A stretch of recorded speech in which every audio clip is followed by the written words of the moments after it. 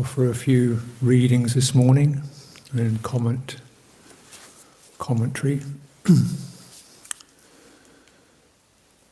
Namo tassa bhagavato arahato samma sambuddhassa. Namo tassa bhagavato arahato samma sambuddhassa. Namo tassa bhagavato arahato samma sambuddhassa. Buddhaṃ Dhammang Sanghang Namasami.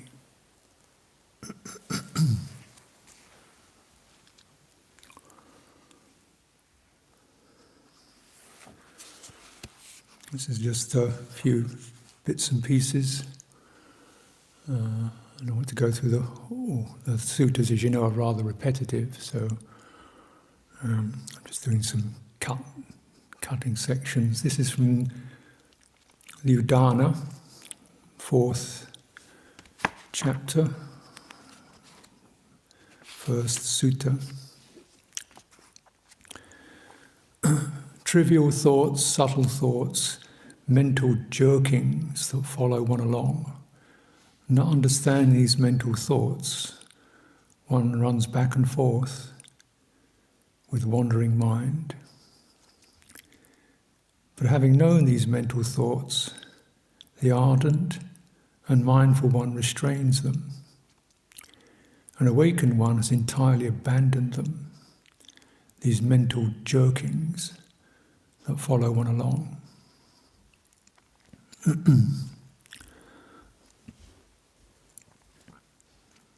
So this is this verse, actually, a couple of verses.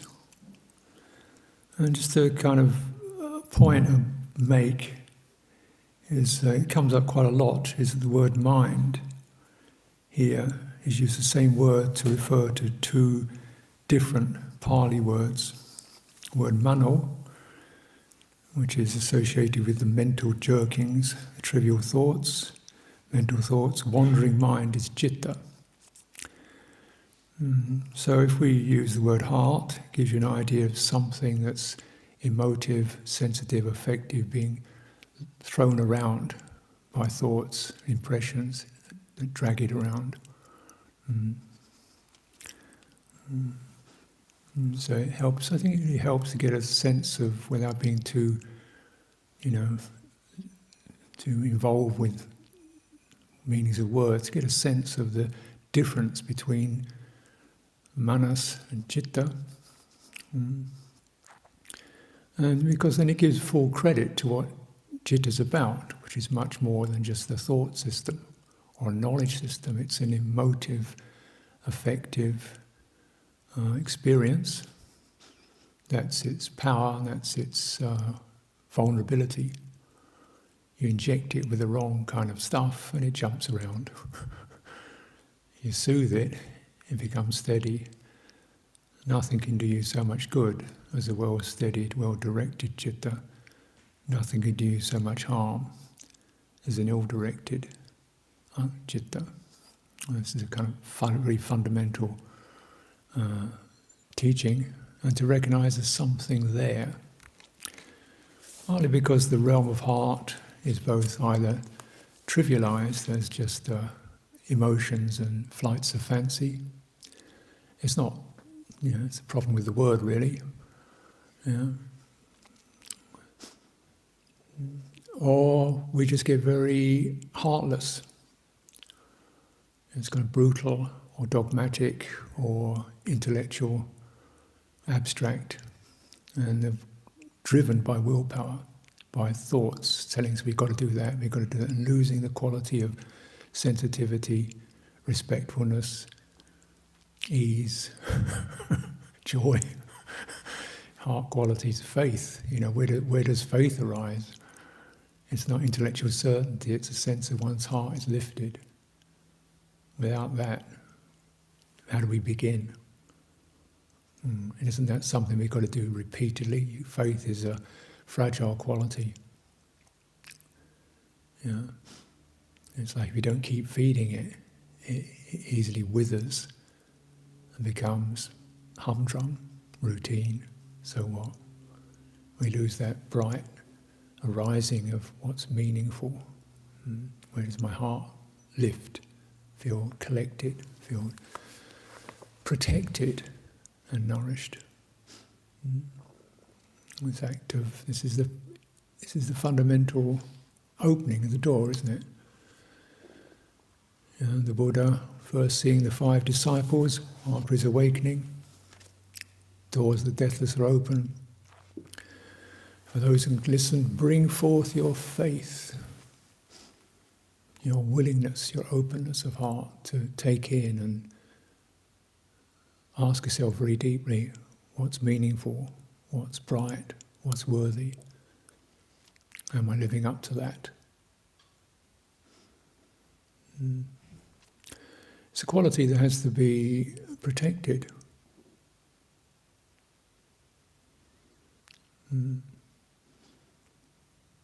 Until it becomes strong enough to repel corrupting influences.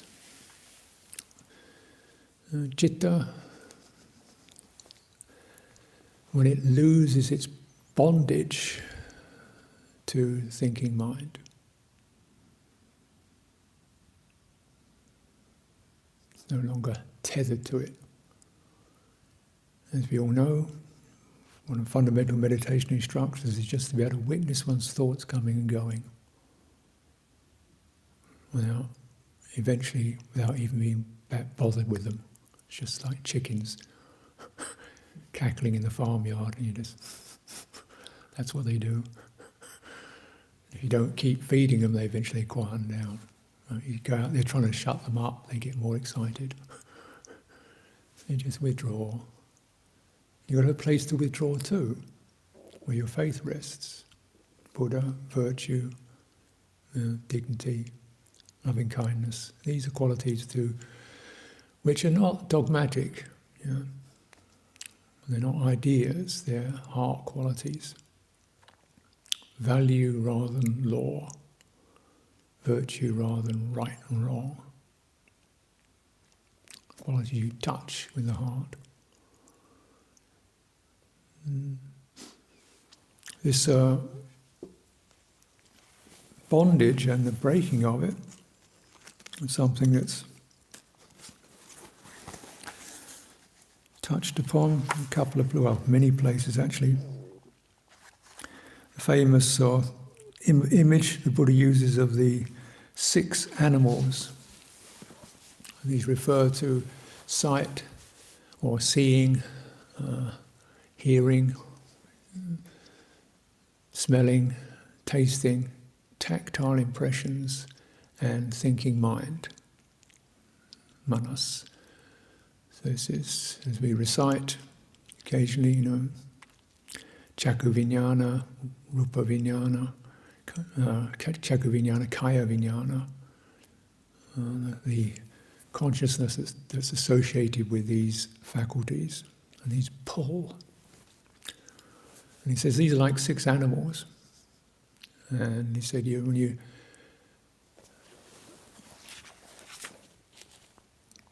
when there's no restraint, without setting up mindfulness immersed in the body.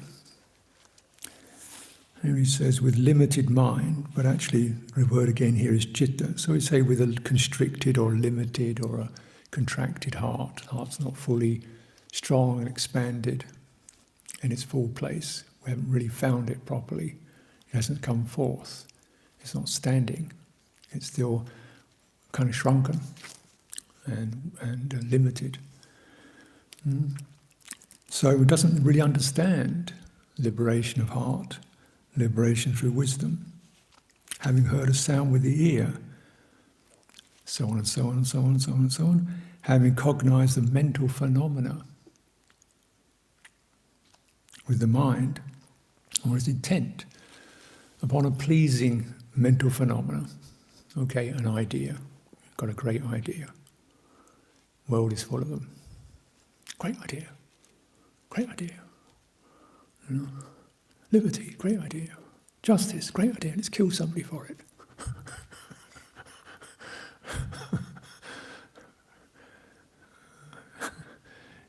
How many great ideas. You'll get excited about, stirred up by, and then passioned by, and then violence occurs somewhere down the line.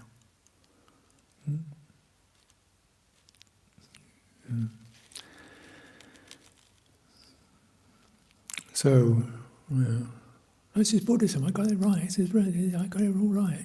Okay, here we go, heading for an argument. Heading for somebody who can't live in harmony with people because they've got so many great ideas about Dhamma. Here we go.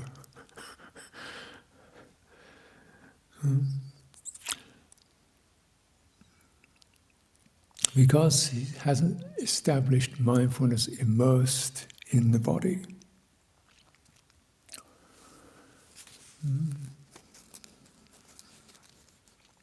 Suppose a man were to catch 6 animals with different domains and different breeding grounds, ties them with a strong rope, catch a snake, a crocodile, a bird, a dog, a jackal, a monkey, tie each by a strong rope. Having done so, tie the ropes together with a knot in the middle and release them. 6 animals with different domains and different feeding grounds would pull each in the direction of its own feeding ground. So the snake would think, let me enter an anthill. The crocodile, I want to enter the water. The bird, let me fly up into the sky. The dog, let me enter a village. The jackal thinking, let me go to a charnel ground. Monkey, let me enter a forest. I'm pulling in different directions. Now, if they're tethered, the animals become worn out, either dominated by the one that's the strongest, they would submit to it and come under its control. So, when mindfulness immersed, directed into the body, whichever sense base comes out on top will drag the rest of it. Everything goes down that way. And there's a very interesting example in the discourse on, I think it's on sun's flesh. Sun's flesh. The flesh of one's son. Anyway, you look at that, it's powerful. But somewhere in there he talks about the 4 kinds of food, and one of them is called mano sancetana, which is this mental driving, mental thrusting, mental push, stubborn, persistent mental drive. And he says it's just like 2 strong men grab hold of a weak man and drag him towards a blazing charcoal pit. He said, what do you think? Would he enjoy that? And yet he struggles. He can't get out because this mano has got hold of him, like 2 strong men dragging him to a blazing charcoal pit. Yeah. And what's the weak man is the undeveloped heart, the citta, not strong enough yet. So these thoughts, drives, impressions, visions, notions, opinions, drag it. And he doesn't, And the unawakened person doesn't even really know it's happening. They go right with it. Let me get into that pit. It's good in there, it's nice and warm, it's glowing, it's bright.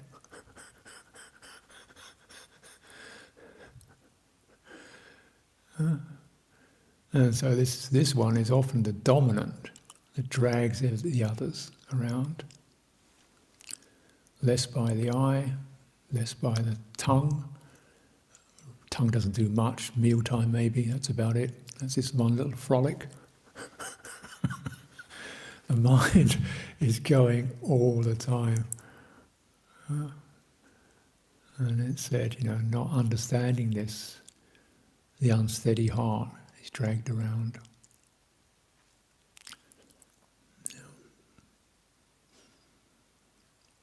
And so the Buddha is saying, well, mindfulness immersed in the body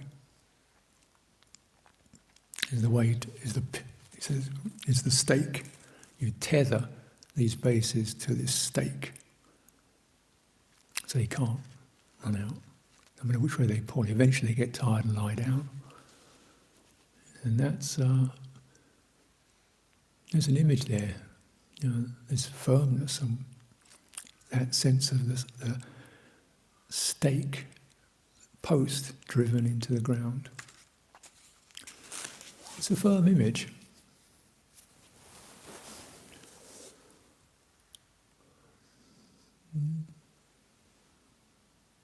It's like here we have these, we plant trees every year, little saplings, and we want those saplings to grow.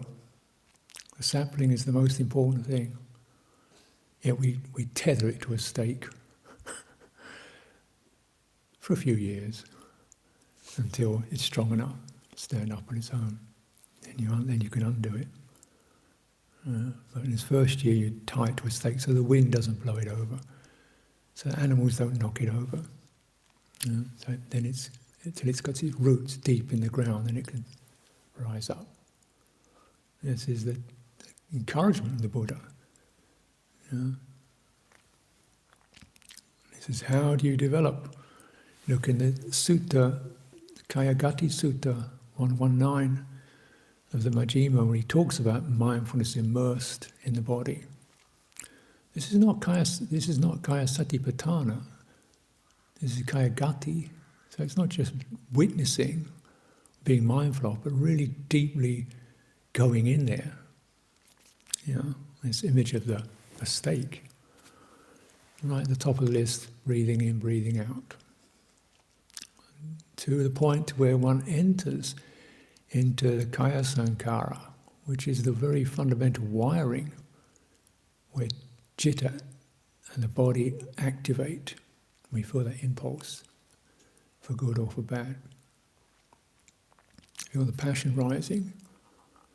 Feel yourself spinning, heated, saddened, crushed, overwhelmed, constricted. All those are somatic impressions, are they? Not tactile. Nobody's poking you. It's nothing to do with external phenomena. This is the citta running in the body. And the body registering those impressions of oppression or fear or joy. It's not all bad. Happiness, brightness, and the body brightens up. You feel strong. Brutalized, depressed, feel saddened, crushed. Unrestricted citta, body is bright. Restricted citta, body is saddened, depleted. Until you get to that point where you're able to enter this domain and begin to steady it. And the instructions are thoroughly sensitive to the entire body. The body's in entirety. What do you sense when you try to follow that instruction? You're not jumping from your ear to your foot, or your wrist to your shoulder, or your chin to your knee. Get the whole thing. You get a sense of nothing in particular. Then you get the map begins to come through. You get a sense of a vibrant, pulsing organism.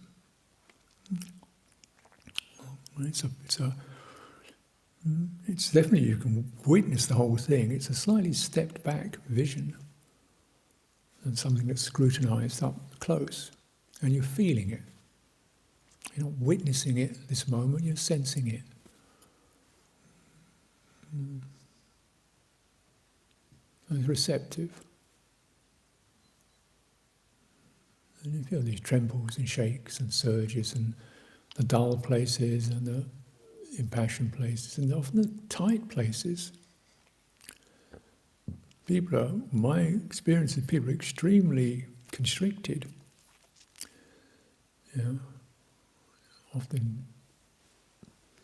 And they say, well, why is this? Because for 25 years, for 30 years, they've been following the jerkings of manas, and it's wound leather straps around the heart. It's wound chains around the heart. It's wound a skein of pressurized thoughts, urgent, surging needs, compulsive distractions. Pressurized, got to get it done by, stubborn willpower, views and opinions, and it's snared. And all those impressions, the citta has felt that. It's felt that fear, it's felt that pressure of you've got to do this, you must get that done. It's felt that brutality that lies within our cultures. Velvet glove over the iron fist of law, pressure, compulsion.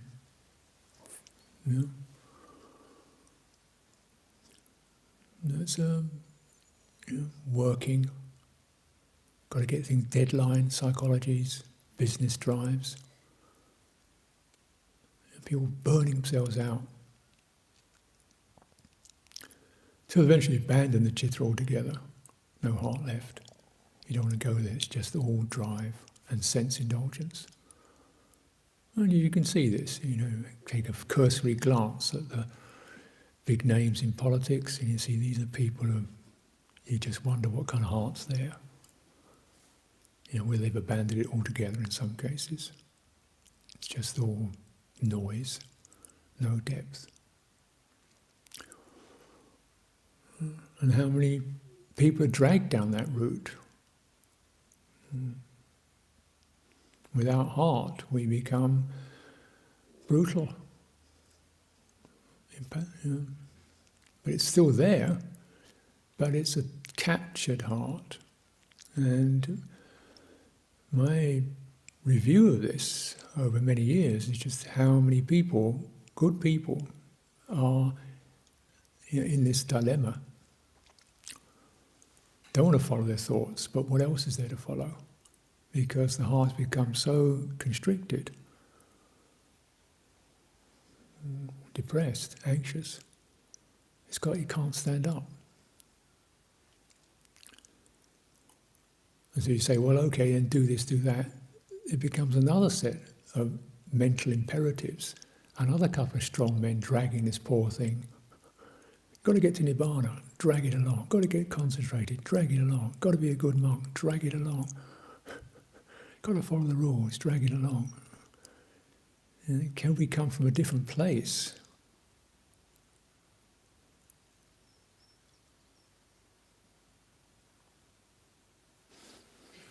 Yeah.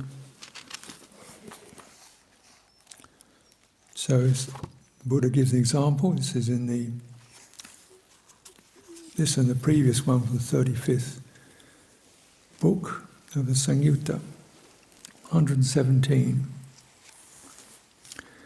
When I was still a bodhisattva, not fully enlightened, a thought occurred to me, my mind may often stray towards those 5 chords of sense pleasure, and they've already left their impression on the heart, which have passed, ceased and changed, or towards those that are present, or slightly towards those in the future. Then it occurred to me, being set on my own welfare,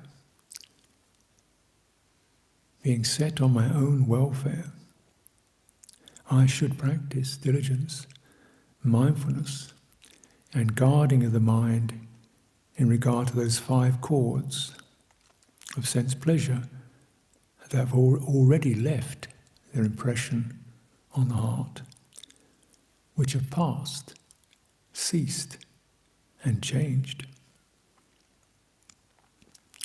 Here again we have a slight translation topic, which I can get picky about.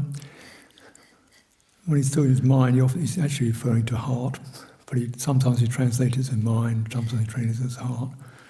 But guarding of the heart, anuraka, the citta is guarded.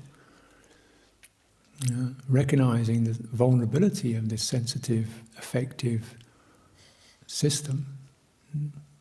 And so it's not accusing it, not locking it up, not blaming it, but looking after it. Take care for my own welfare. This isn't for freedom, justice, liberty, Buddhism. This is for me. It's not for an idea. This is not for right and wrong. This is for my welfare. I mean, it's very pragmatic and authentic.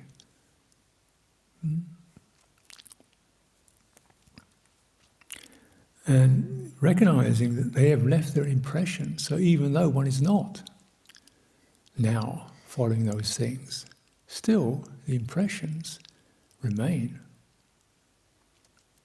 Those dents, those tracks, those habits remain of past events when one has followed taste, sight, such, sound, but primarily the driving of the thinking mind.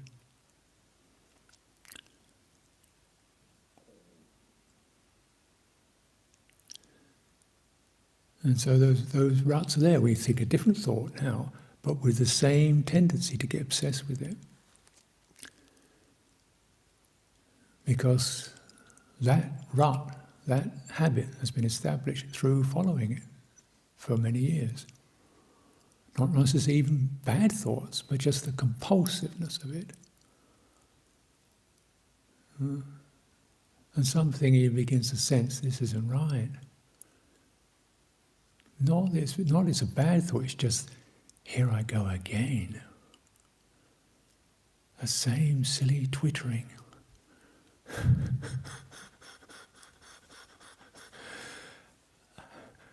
The same obsessive, got to get this done. The same worry. And it's been there for 50 years. The same pattern has been there. I was obsessive about this, now I'm obsessive about that. And and we get into this, we get into these kind of heavy responsibility patterns because that's what I've been trained in. Heavy obligation patterns because that's what I've been trained in. Heavy fear, blame, insecurity patterns because that's what I've been trained in. Got to make it, otherwise nobody's going to look after me. Got to get it right, otherwise they're going to blame me. Got to get this done, otherwise I'll be... What? Oh, because the depleted heart doesn't know. It doesn't know its own richness, its own joyfulness, its own love. It doesn't know it. It's always followed those messages, so they become imprinted.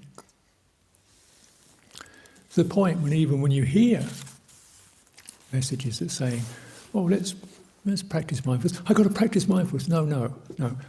Let's just be mindful. Oh, I've got to be mindful. No. No, got to. Let's do this for our own welfare. What?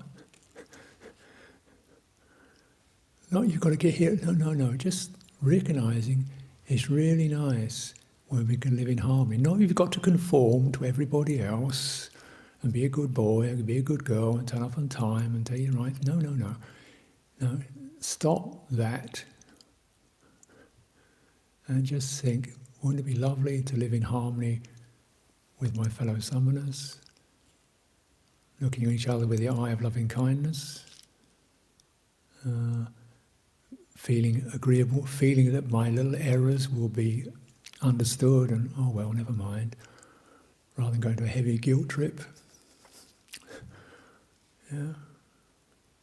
So particularly important when we're living under precepts and systems to defang those as not punishment, blame experiences, but encouragement, shaping, forming, help for your welfare.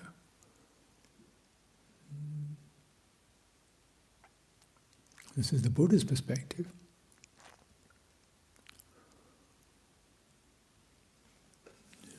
While he was still in his training. Therefore, bhikkhus in your minds too, in your hearts too,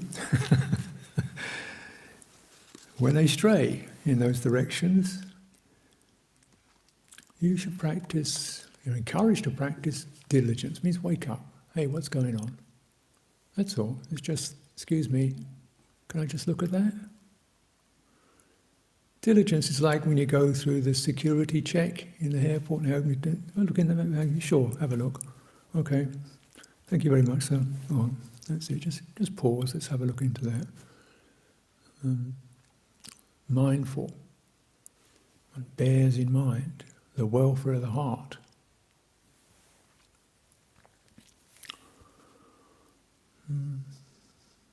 And we have such a quality that is important to look after. This is something that gets lost too. The obsessive, burdened heart doesn't think it's got anything worth looking after. A tremendous amount of self-criticism I encounter in our societies. Worthless, no value. Pessimistic. People who have very accurate or seemingly accurate negative impression of themselves. I'm an obsessive compulsive, you think, oh dear. Is that what it feels like? Now, when I hear that, I just feel just touched and I feel a sense of compassion. Because I know, if you're a human being, you have heart. And if that's the way it feels, I really would wish for your own welfare that you could look into some of those qualities and abandon them, and you could look at the qualities that strengthen the heart rather than those that cripple it.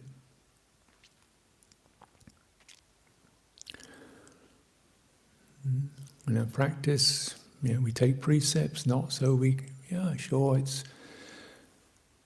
it's there, and yet what's the real meaning of it? Conscience and concern. I'm sensitive to my own heart's welfare. I know it can go astray. I'm sensitive to the welfare of others. I know I might negatively impact them. Therefore, let me live with that. Dealing with a very potent system here.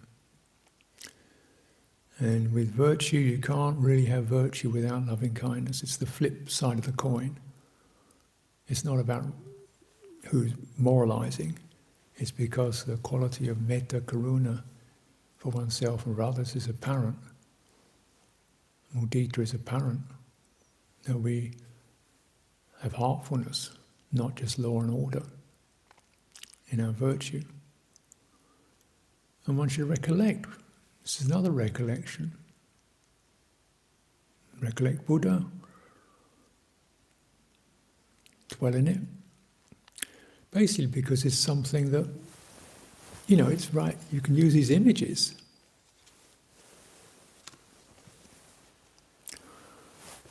It's not sort of just an idea in your head.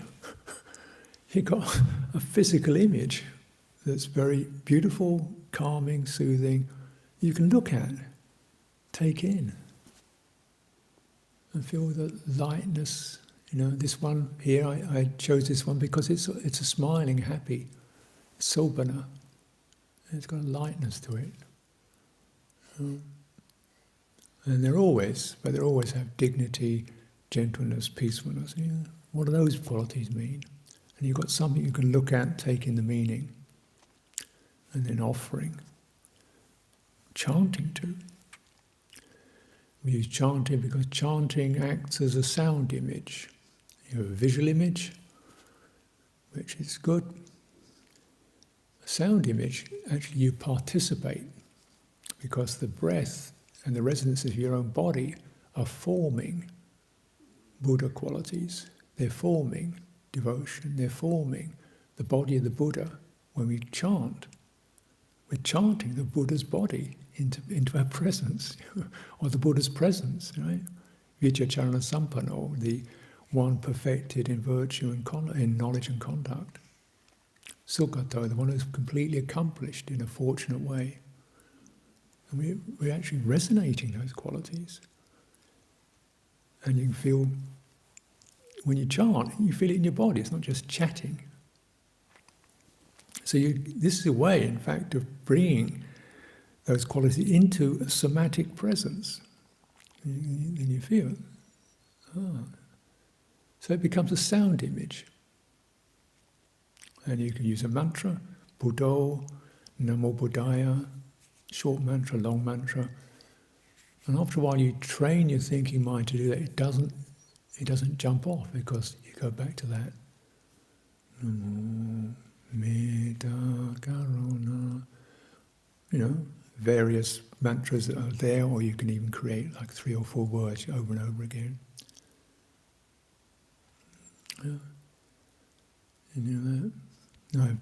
Some places we don't do it much here, but some places, with the Mahayana monastery, they just do like 5-day mantra chanting session. After a while, there's nothing left in your head except those words. Everything else is gone. You've got through the frustration, the boredom, the impatience, the when is this ever going to stop? And then you just give up. And all that's left in your head is just this sound, which is something homage to Amitabha Buddha or something. Well, it's better than thinking a lot of things. And then you just relax in it, and there's this lovely innocence and purity again. There you are. There it is. There's Amitabha Buddha sitting in your body. Got it?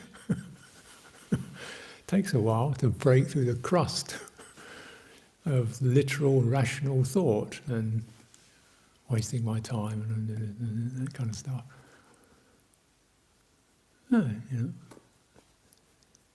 But then you can also recollect your precepts. While we take them repeatedly, eventually those words come to mind. Panatipata. Caring for other beings. Caring for other beings. Caring for the lives of other creatures. You get it? Don't. Get it? So that it becomes impressed upon your nervous system. So you're replacing those impressions of the heart that have been about who gives a damn for other creatures. It doesn't really matter in the way. Nasty bug. Who gives so-and-so other people? Well, he's just an idiot. Replace those impressions you see in the media with something else. It's for my welfare. For my welfare, I have a heart that does not incline towards harming other creatures. No creature need fear me. No creature need doubt my speech, be poisoned by my speech, be agitated by my speech, be teased, twisted, manipulated by my speech. Take pride in it. As you recollect these qualities until that body of virtue is apparent. And then you have, then you've begun to really bring forth heart.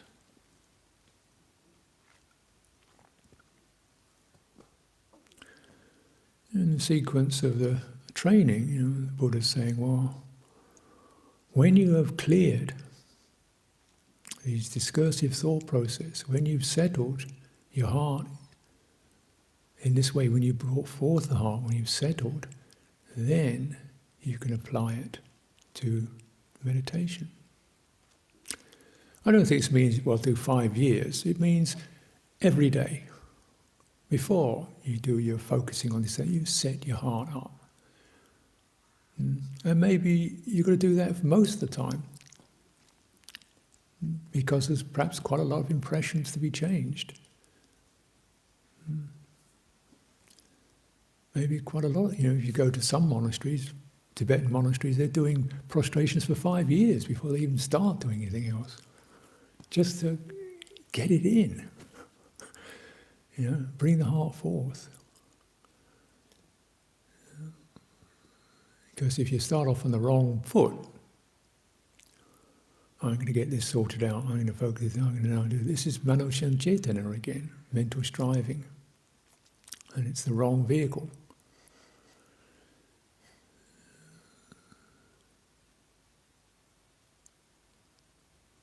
So we recollect Buddha, we recollect virtues, we recollect right view. Definitely there are evil influences. Definitely there are good influences. And recollect the devas, This again takes us a little bit to strange territory, but when you're into the heart, you realize all kinds of subtle energies and forces, dark and bright, alluring, aggravating. Well, maybe that's what they're talking about. Psyche. And from my know-how, I've talked to many respected teachers, definitely have no doubt they're out there. There are evil forces and benevolent forces.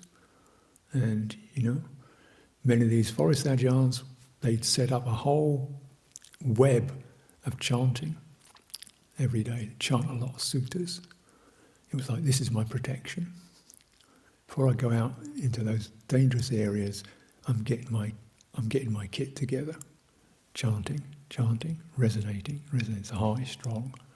Really feeling the protective power of those energies that you evoke. So there's lots of areas you can go in and develop this heart quality.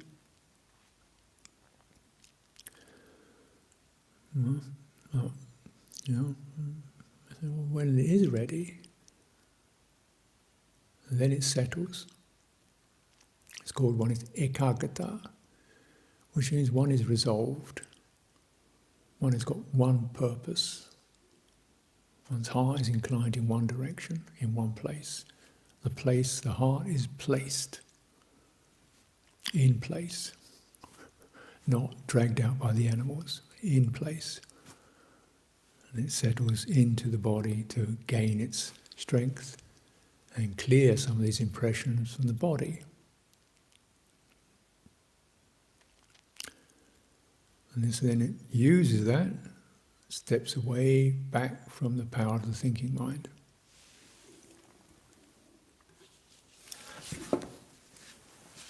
Just to finish off, there's the same sutta, 117. Guarding the citta, in regard to these sense pleasures that have left an impression on the heart. Therefore, bhikkhus, that base should be understood. Where the eye ceases, perceptions of forms fade out. That base should be understood.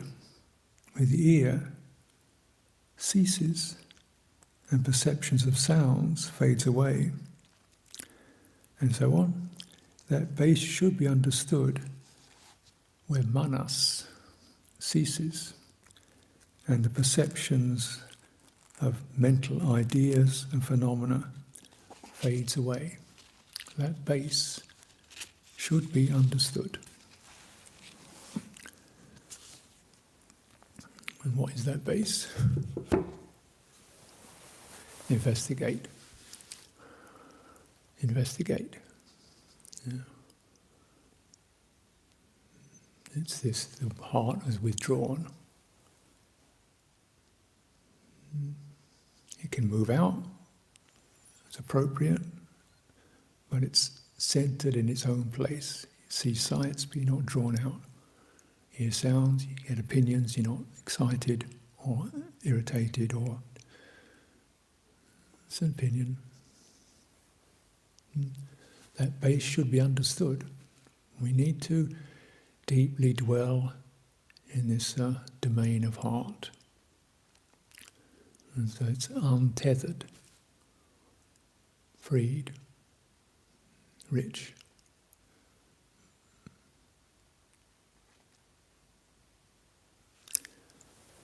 Anyone?